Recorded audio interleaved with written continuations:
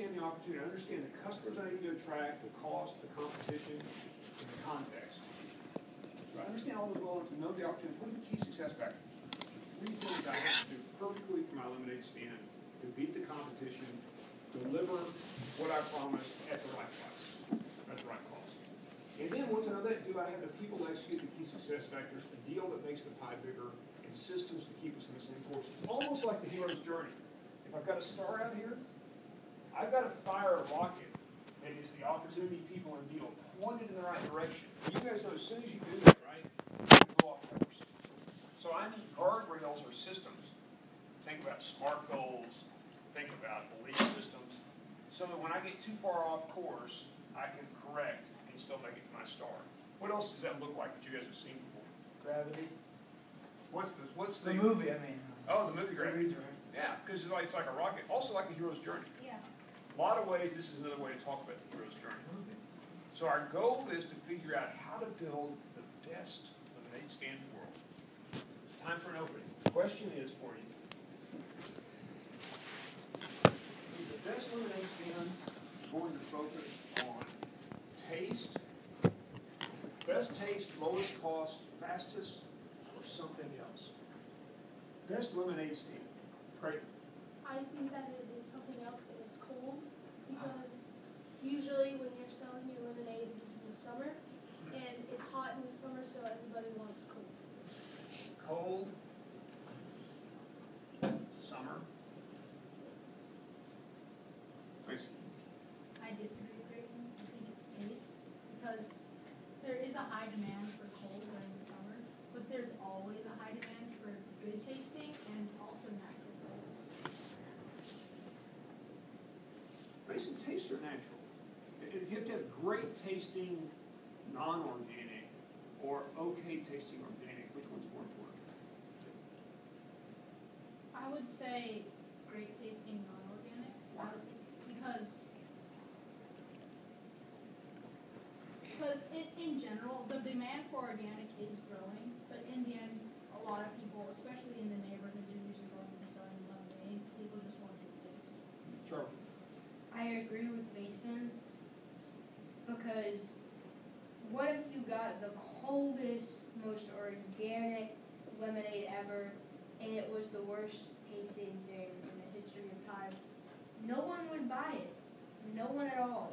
The people would all flock to the McDonald's of lemonade that tasted good and that provided something for everyone's taste buds. Sweet. Charlie, what if I have to go great tasting, so it's sugar and fresh squeezed, hard to make and expensive, versus you said McDonald's, low cost and available anywhere? Which one of those are you going to choose? If it was a lemonade stand, I would choose the fresh squeeze, great tasting, because it's not like you're going to mass produce a huge product.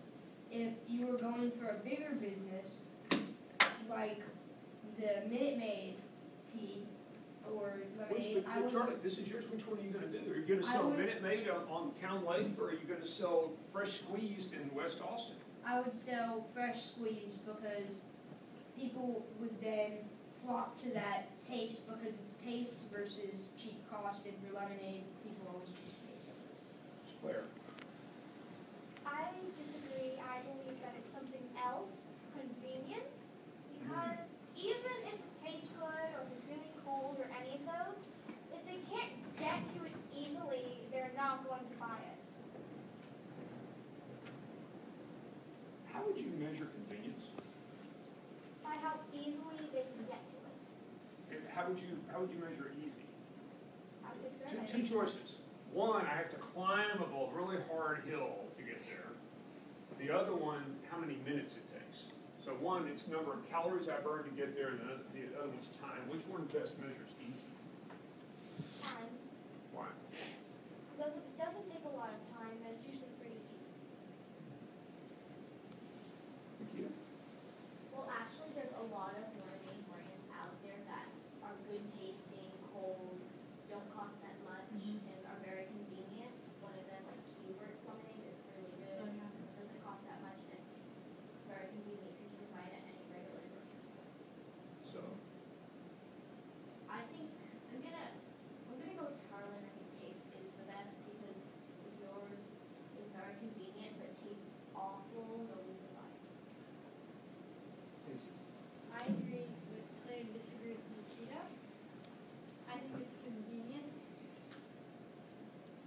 rather go, I mean, who said it has to not taste good even if it's closer to you? It could taste really good and it's going to be closer to you.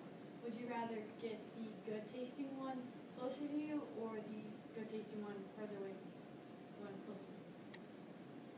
Not. I disagree with you, Kenzie. I agree with Nikita and Charlie that it's taste. Taste is a really good factor because, as it says in the case study paper, you're a 6-year-old who is selling this as just a fun project. And convenience, I don't think really does matter in this situation. If you're selling mass-producing lemonade like Minute Maid, then maybe convenience is a factor in it. But I really think it's taste in this Okay, situation. so put yourself in the shoes of your customer. They're driving home, let's say after work. You're the 6-year-old. I'm driving along. We've got all these reasons. I see the stand. What goes through my mind? What causes me to stop? What causes me to stop? Claire? I think it's something that I would call the awe factor, based on how cute the kid is and how it reminds them of their own childhood. Kind of a big word for that's nostalgia. I remember back when I was that, it's the cute kid. Kobe. I agree with Claire, and I would, under summer, if it was in summer and it was a cute little kid selling lemonade, you're like, man, I'm hot, and I might as well get some lemonade. But do you think it's because the kid's cute or because you're thirsty?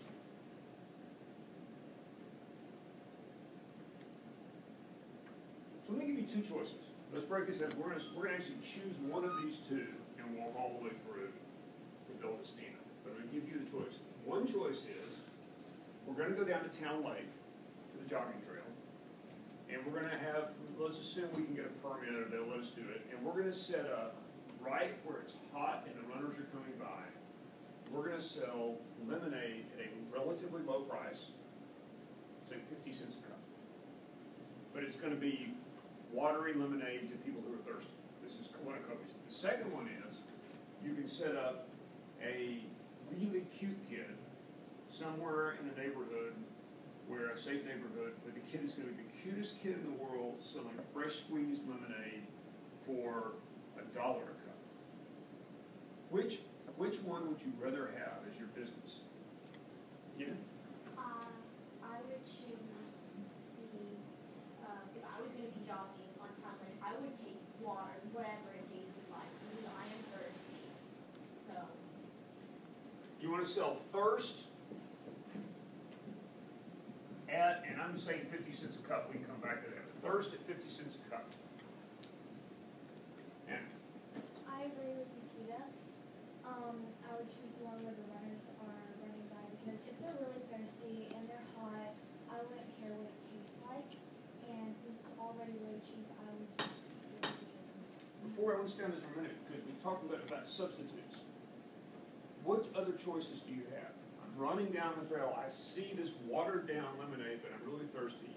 What other choices do I have? What's my substitute choice? Craig? Well, I would use the one with the cute kid because on a trail. Substitute choice. Oh, Yeah, I want to stay on this for just a second, I'm sorry. So let's stay on this one. Thirsty, going down the trail, what's my other option, Charlie? Like most runners, bring your own water, carry a water bottle. Craig? actually, there's like a bunch of water stops on there with free water that you can get. So your own water stops, Cody? You could even go buy some water. You could buy some water and could we change the thirst to water? Because if I was running, I would not want a cup of lemonade.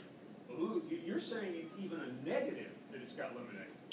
You want just water, Jack? I totally agree with Kobe and his point that when you're running and you have that and you're hot and your throat feels hot, you're just running for some water, you do not want lemonade. So the minus is, I don't even want lemonade, I want water instead. Nine. actually agree with you. Because the lemonade, if you put like salt in it and minerals and that kind of stuff, it's actually good for dehydration because you get minerals also in it. But with the salt in it and the minerals, it tastes really salty and sweet. And then you need something like water to kind of flush that taste down. So then maybe you could sell lemonade for like $1, and then you could sell water for maybe 10 cents extra. But now you're not talking about thirst, you're talking about dehydration. Yeah. We're talking about Gatorade or Quench, or one of the things that replenishes your thirst. I see Anaya's point. I disagree. Lemonade is definitely a negative to sell. Have you ever got lemonade when you're really hot and thirsty, and it's that really sweet, you know it's made out of mix, or you know it's mass produced, and you just go, bleh, I'm even more thirsty. Even if it helps with dehydration, a lot of runners aren't dehydrated. They drink a lot of water before, during, and after. Is there a place on the trail, how many of you have been on the trail? Tell me on the trail. Okay, go on. Is there a place on the trail we can locate, though, where there's not any substitutes? Or you have to go a lot further? Is there a place like that, Jack? Yes, if I am remembering from when I grew running with my mother down on Town Lake, when you're just about to cross the bridge to cross Town Lake, if you go back to the city, right over there in that strip, it's like parts that maybe have a water fountain far away that's like all dirty and probably doesn't even pop up. Hmm. That's a place where it's basically like, it's like the death zone, it's like the water zone. So a key success factor here is location. How far is it away from these other choices? Cody? I don't know if this is the same guess, but by Zilker Park, if you cross the bridge, you're right at 1.5 miles, I think, and you're about 1 mile and 1.5 miles away from you're just in the middle and there's no water stops. Mm-hmm. Let's change the interest of time. We're going to come back to this and build out some unit economics in a moment. Cute kid in the neighborhood. Awe factor. What are the substitutes for the awe factor? I'm driving down the road, cute kid, awe factor. What makes me have that same feeling? Mason? Other cute kids in the neighborhood. Because the competition is your same industry. And what defines a cute kid? It's a matter of opinion, but usually somebody that's little for starters. Ah, okay. Because, you know, when we get to people here in a minute, we may need to go recruit the cutest kid around. So cute kids are little. What else are cute kids? Claire's going to say curly hair. What else, Claire? Cuteness and giving them an eye for the holder. But I've got to pick. I mean, I can pick anybody in here. You're not going to pick me as the cute kid. We're going to pick little. Probably Jack then, because he has Yeah. curly hair and he's kind of short compared to Clayton. Little, curly hair. So different kind of substance. Great. Usually it's when they have big eyes. Big eyes. Age? No, I'm just wondering, why do we need a kid? Why can't we have an adult? Well, we are kids. Yeah, but what if I'm the kid, I have a kid, I have lemons, and my mom comes out, and she's some 25-year-old. She would be a better attraction than a 6-year-old.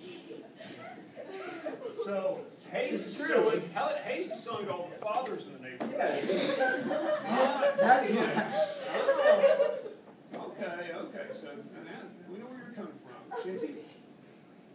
I don't think it's cuteness. I think when you're driving by, you see a lemon stand, you start craving it. Like Anna and I, when we were doing the project, we started craving lemonade and we wanted to get some. What did you crave? Lemonade. Well, but what was it about the lemonade? What else? Let me ask you. What else could I have given you? If I said I can't give you lemonade, but something else to satisfy that craving. What would it have been? Something lemony with lemons in it. For example. A lemon cake. So cake. Interesting. Hi, Jack. I was just thinking about that, and I was thinking how I feel, and I would almost, if I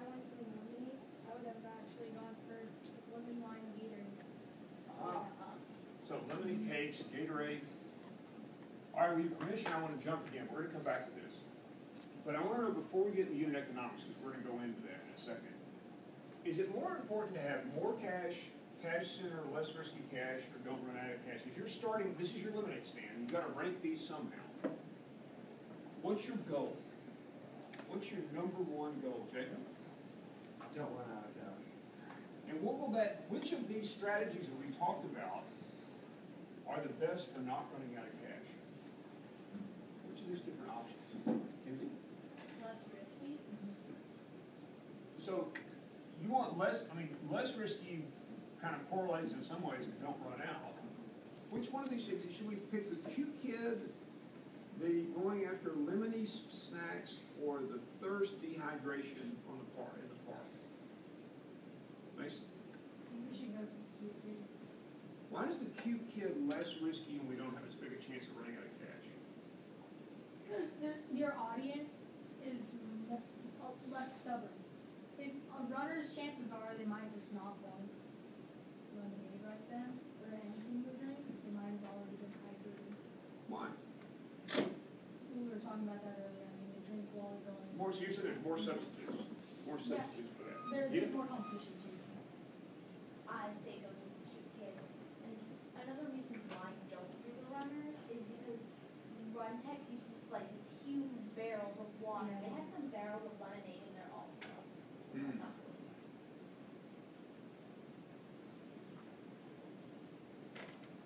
Nine. I disagree with both strategies. I think if you want less risky cash and don't run out of cash, I think it should be at a park. You should set up your lemonade stand at a park. Number one, because I agree with everyone else that the runners don't really want the lemonade. And also in the neighborhood, at least in my neighborhood, when I'm playing outside, I rarely see anyone passing by. Once in every 10 to 15 minutes. That's not a good way to make cash. And I think at the park, kids are there, they like things that are sweet, they'll want to buy it, and they'll pressurize their parents to buy it, so then the parents will buy it. Charlie.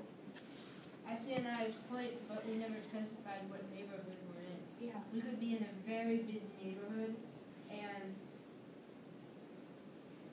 some people just stop by to get the lemonade because they think the kids cute. This is what my mom does. She gets the lemonade. We drive out of sight, and she throws it out the window because she doesn't want it. She knows it's mixed and watered down. She just wants to help these kids trying to start their own business, which I think a lot of other people do.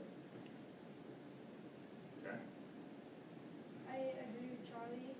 Like he said, we aren't specifying which neighborhood. And for example, my sister knows this too. We could take our street for example.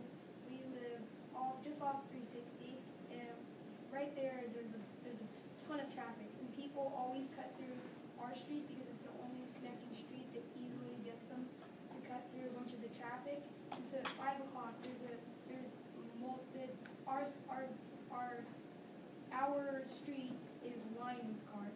And Jack, you just looked for the bottleneck. If you think about playing black and sappers, you just found the bottleneck in traffic. Can people stop? Or if they stop, will they back up 360 all the way to downtown? I mean, is there a way for them to pull off at your stand or at that bottleneck? So you're going to find a place. What you can always do is you can always have like cups ready to go and just say, here's You're the going to cup. serve it faster. Okay, so we don't bounce around too much because that's going to get frustrating. I want to let someone volunteer to lay out your lemonade stand. I want to tell us what's the primary customer need. Is it thirst? Is it the awe factor? Is it lemony? Is it something else? And then I'm going to ask you to lay out your unit economics. I'll help coach you through them. But tell us about, I'll take a volunteer. Who wants to tell me about your lemonade stand? Mason, you can go first. You can do it from right there. I'm going to make notes. So I'll just tell me about the stand. What I care about is how much money do I have to put in and how much do I get out. So start with it. How much money do I have to invest? Oh, you're the investor? Well, no, just in total. How much money do you have to invest? How much cash is it going to cost to get started? It's going to cost $48 bucks. $48. And how much, if it works as you think it's going to work, are we going to get back? You'll get the investor? The total project, the total opportunity. Be getting.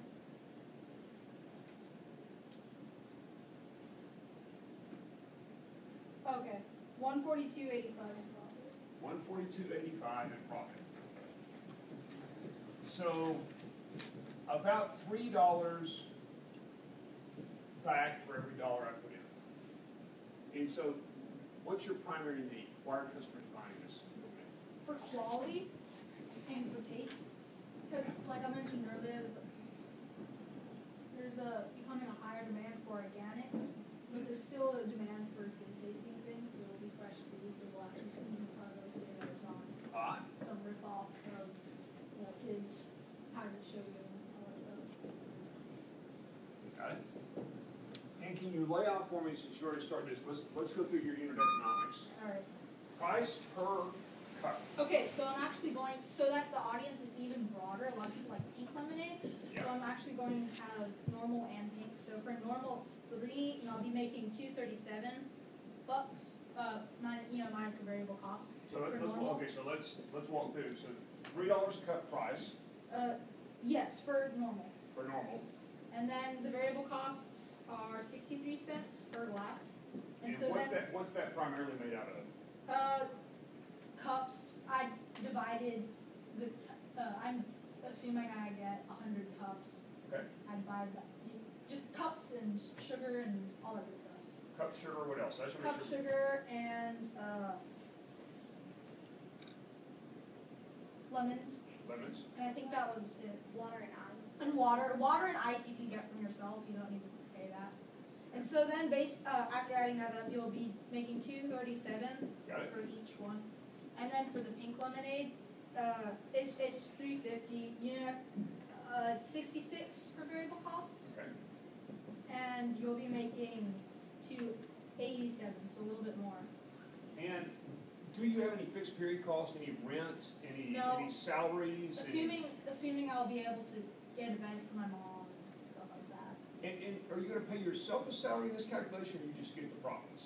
What do you mean by that? Well, we can think of it either way. We can think my time's worth something, I should put it in fixed period cost, or I'm just going to really get paid. I'm going to pay myself in the profits. You mean thinking about break even? Yeah. Well, when I was doing my unit economics, I was thinking about break even. Yeah. I'm just thinking about not contributing it towards the investor. Like, okay, this cup, this investor gets this much from this cup. So you're just splitting the I'm profits. just thinking. Yeah, I'm just thinking. Okay, after I've sold this much, all of this is mine. Okay, so question for the break even: if there's no fixed period cost, how many cups do you have to sell to cover your fixed period cost? Say that again. If there's no fixed period cost, Right. kind of a trick question. How many cups do you have to sell to cover to pay for your fixed period cost to stay in business? Well, for fixed period costs, 0. So, yeah. But variable costs for all in all, I'll be selling 75. Well, I plan on. we're going to do that in a minute. Okay. But since you have no fixed period cost, Yeah. you can't go out of business until you get tired of doing this. Well, no, you can for variable costs. They're basically I can. Sorry. Mr. Joe, can I ask you a question? Yeah.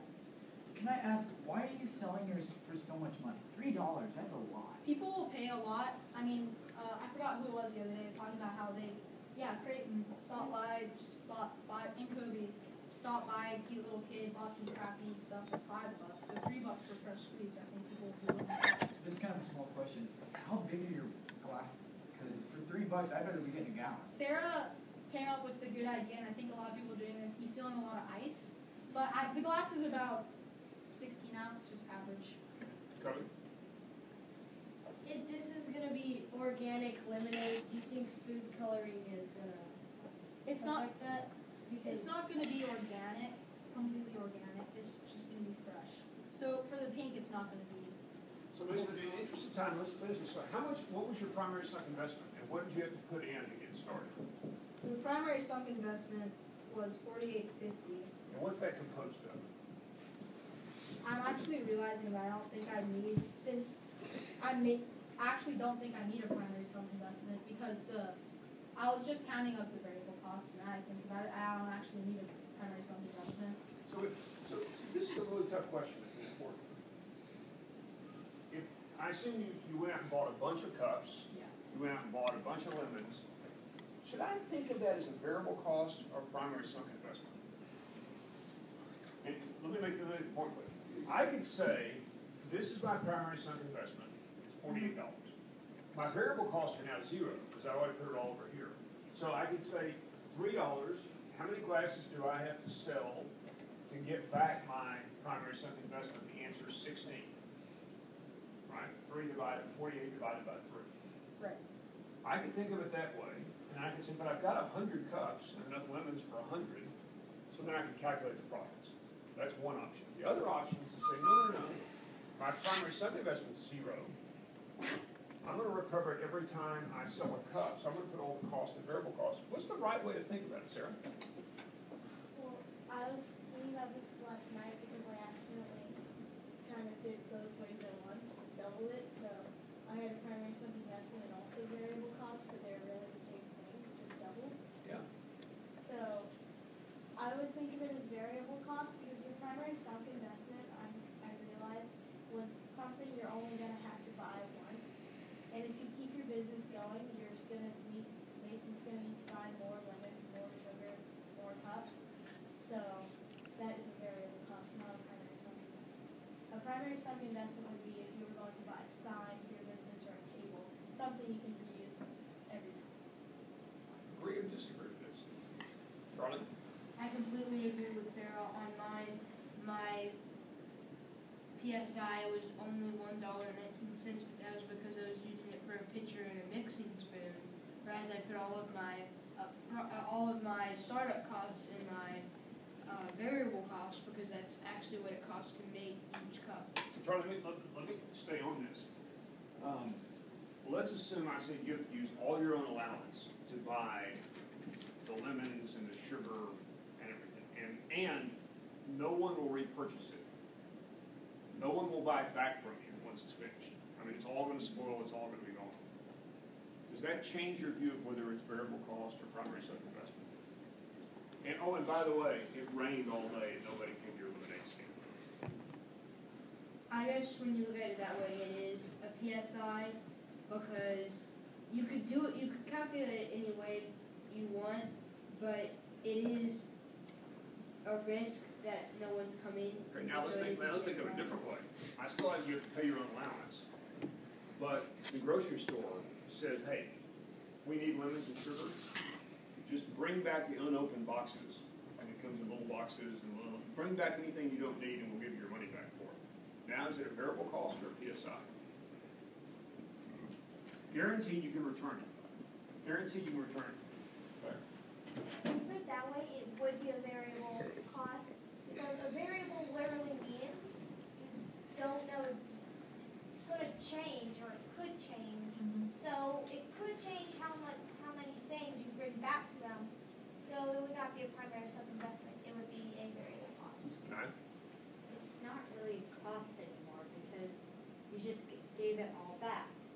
So it's not. Which part of it was a cost? Assuming it does, I'm sorry, you're saying if it rains, there was no cost at all.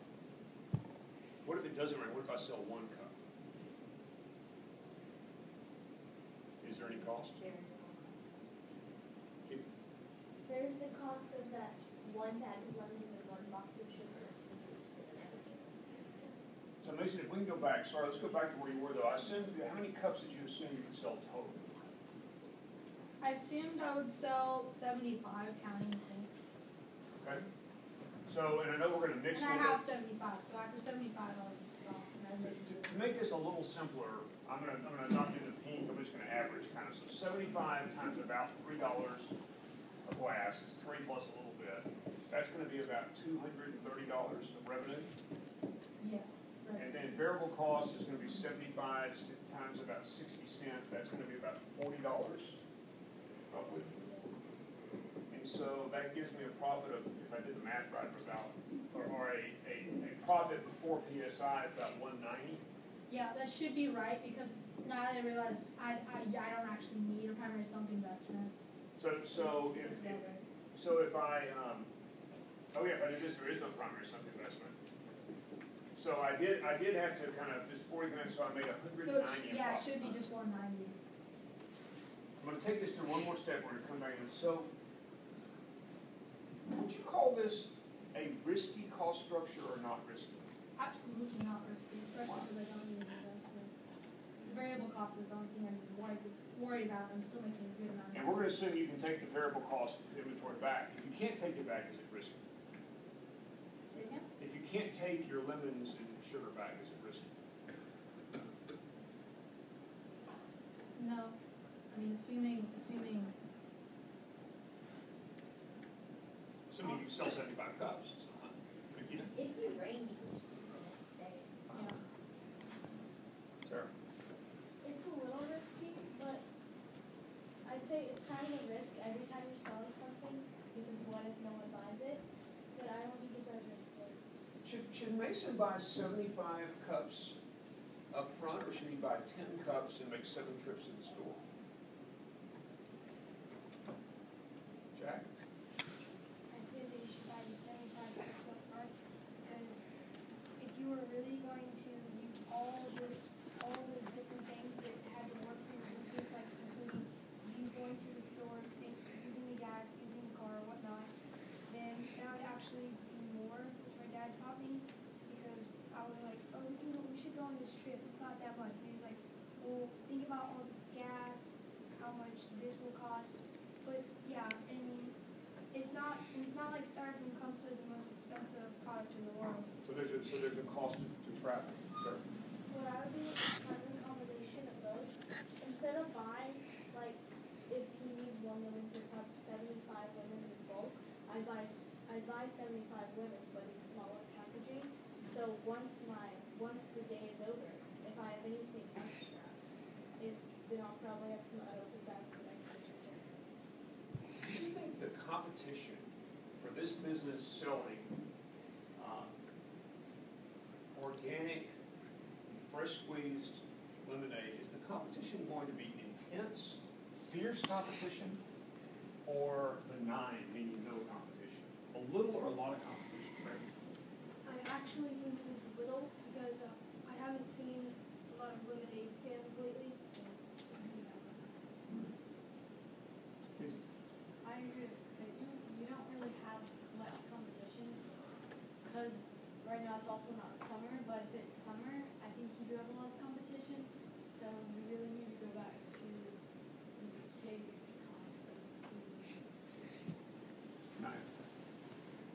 There's actually a day called like Lemonade Day or something, and where a lot of kids go out in every place in the city and put up lemonade stands. That day you would have a lot of competition, but other days, very little competition. I'd say actually none, because lemonade stands, these days are put some country time into a picture and mix it all up. But if you're taking it to deep organic lemonade, Where would our competition for this come from? Think back to the cheap substance. little 6-year-olds. Well, that's very cute on the all factor. What about on the taste though? Organic? Who is your competition if you're selling organic, fresh squeezed lemonade? Who's your competition? Kobe? Whole Foods, Central Market, P. Terry's claims they have organic, all natural, and a lot of places like that. Nice. I agree with Kobe. Big brands and restaurants, and even just like Herbert's Lemonade and stuff. So you're kind of at the bottom of the chain. It's like the bottom. Right. It's like them stores and even like 7-Elevens and stuff like that. If you want to get something really fast, then you usually just If we're going to start this organic, best tasting in your neighborhood, I think, or in a neighborhood, that's what this is, in a neighborhood to compete against Whole Foods is now the right time. I'd love to hear from somebody who hasn't been in. Is now the right time, today, right now, to start the Mason's Lemonade Stand? Is now the right time? Somebody who hasn't been in. That would be Hannah or Camilla. Jacob's been in, right? Jacob, you come in again. I want you guys in. Oh, okay. Who hasn't been in? Right time or not, and I'm gonna call it. No, it's not because it's cold and raining, and I don't think anybody would want to buy lemonade right now because they would want to leave their house or get it in the car. Camilla, agree or disagree? Right time? I agree with Hannah. It's cold. You would want hot chocolate instead of lemonade. It's better to do it in the summer. All right, so let's assume it's summer. What are the key success factors? What are the things Mason has to do exactly right? There's the most important three things: to satisfy his customers, given the substitutes, deliver this at the right cost, and to keep out competition. Most important thing to do. Great. The most important thing I would do is I would change. I would have a bunch of different boards, like bulletin boards, to show like what kind of thing. Because like if it was like what Jack was saying earlier, like traffic, then you would want fast. And if it was in the middle of the day, you'd want cold. Sure. Well, let's assume, I love that variable idea, but let's assume we're executing Mason's strategy for a minute. We're gonna go with organic, great tasting in the neighborhood, and he's gonna stick with that. I love this idea of being able to flip things, you know, maybe from hot chocolate to, but let's assume, Jacob, we're gonna stay with Jack. What does Mason have to do exactly right? He has to be really on point with a couple of different things. He has to make sure that his lemonade's cold, that he's really on top of the order, that he's fast with it. What does it mean to be on top of the order? I mean, practically, Stan, you're Mason and a car pulls up. What do you have to do right? He has to make sure the cost is, I guess he has to experiment with the cost and find a sweet spot. What do you mean by that? Well, Sweet spot for lemonade, I like that. really sell well. Does he need to work on, More people. here's a question, does he need to be saying, fresh, tasty, and have a big sound with that, or does he need to work on squeezing lemons fast? Needs to For this make product. sales and fresh taste amazing. So sign's the most important thing here, Charlie. I completely agree. Who's gonna stop for organic lemonade if they don't know that it's lemonade or that it's organic? If you don't advertise well, if you don't have a big poppy sign that tells people it's organic and that it's cheap and that it's fast, no one's gonna stop by because it's a risk for the customer then. Big and the juicy customer- lemons out front, right? I mean, these big beautiful lemons. Sarah. I completely disagree. We're talking about Mason just started the stand. If he has amazing signs but he hasn't been working on the lemonade at all, 10 people see the signs and come up to buy lemonade, but oh no, Mason hasn't made it. It's way more important for him to focus on making lemonade before he's doing it. How many glasses is he gonna, is he gonna make one glass at a time, or make a whole big pot of fresh squeezed? This is fresh squeezed, big pot. Claire, on this point? I would say somewhere in the middle, like artisan versus mass producing. I would choose job shop You choose Josh up. Why? because it seems like it fits the most people. Why? Because some people like fresh squeezed and really just a work of art, and then other people just want it fast and just get it right to them. So in a job shop, you do a few things kind of mass produced and other things custom. What would every glass of lemonade that Mason did be the same? It's got a cup, it's got ice. What else would be the same, or what would he have to do custom every time? We just have to hand squeeze it every time. Okay, you want to see him squeeze it. That's the important thing, is the squeeze. That's the important thing. Kinsey, on this point. I disagree with Sarah and Claire, both of their points. Like what Sarah said, he focused so much on his signs that 10 cars came. Well, you wouldn't really start the lemonade stand if you didn't even have lemonade. So if 10 cars were to come, then that would get you a lot of business. So you want good signs to attract customers. Kobe. I agree with Kinsey's point, and I think it depends if Mason looks professional squeezing the lemons, because if he's a little kid who's like, fresh lemonade, and squeezing it in there, no one's gonna want it. So this is a performance art. This is like a performance. Nikita? Actually, what I think he should do is he should just have a jar full of water that he squeezes like fake lemons into it, puts fake sugar, and then he says, well, we put some ice in, puts it in there, and then grabs out the real lemonade, so he thinks, oh, he just hand squeezed my lemonade. Ah. Sarah? Going back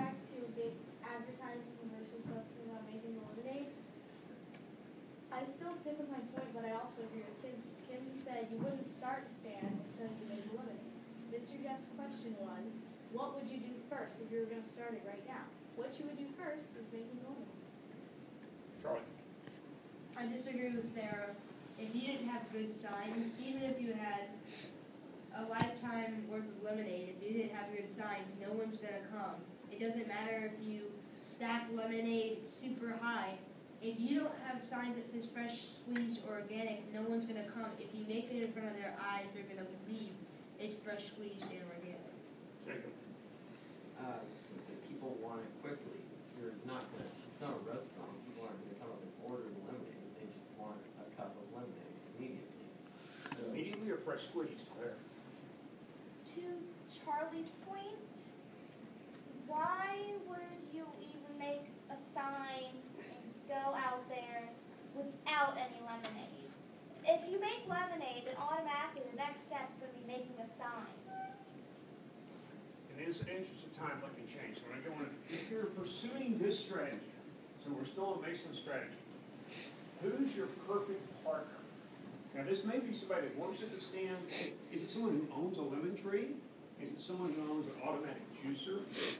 Is it the cutest kid on the block? Is it someone, who's your favorite partner? You need people to help you make this work. Jack, who is it? My favorite partner would have to be a little kid who's not 6 or 7 that's just cute and just kind of that innocent factor. Because one of my main strategies whenever I would do the lemonade stand is I'd actually, some people might think this is kind of like look, but I would actually say name your own price because when you have that innocent kid who doesn't really not think, when you have that little kid there, it just kind of gives that innocent factor, and then they're just like, I will hand you over. Mason. I would disagree with you, Jack, because cute doesn't really have anything to do with organic. Organic is a reason to want to go in and of itself. And like Kobe said, you don't really want a kid with his grubby little hands handling your lemonade. So I would say that the person that you need is someone with a lemon tree.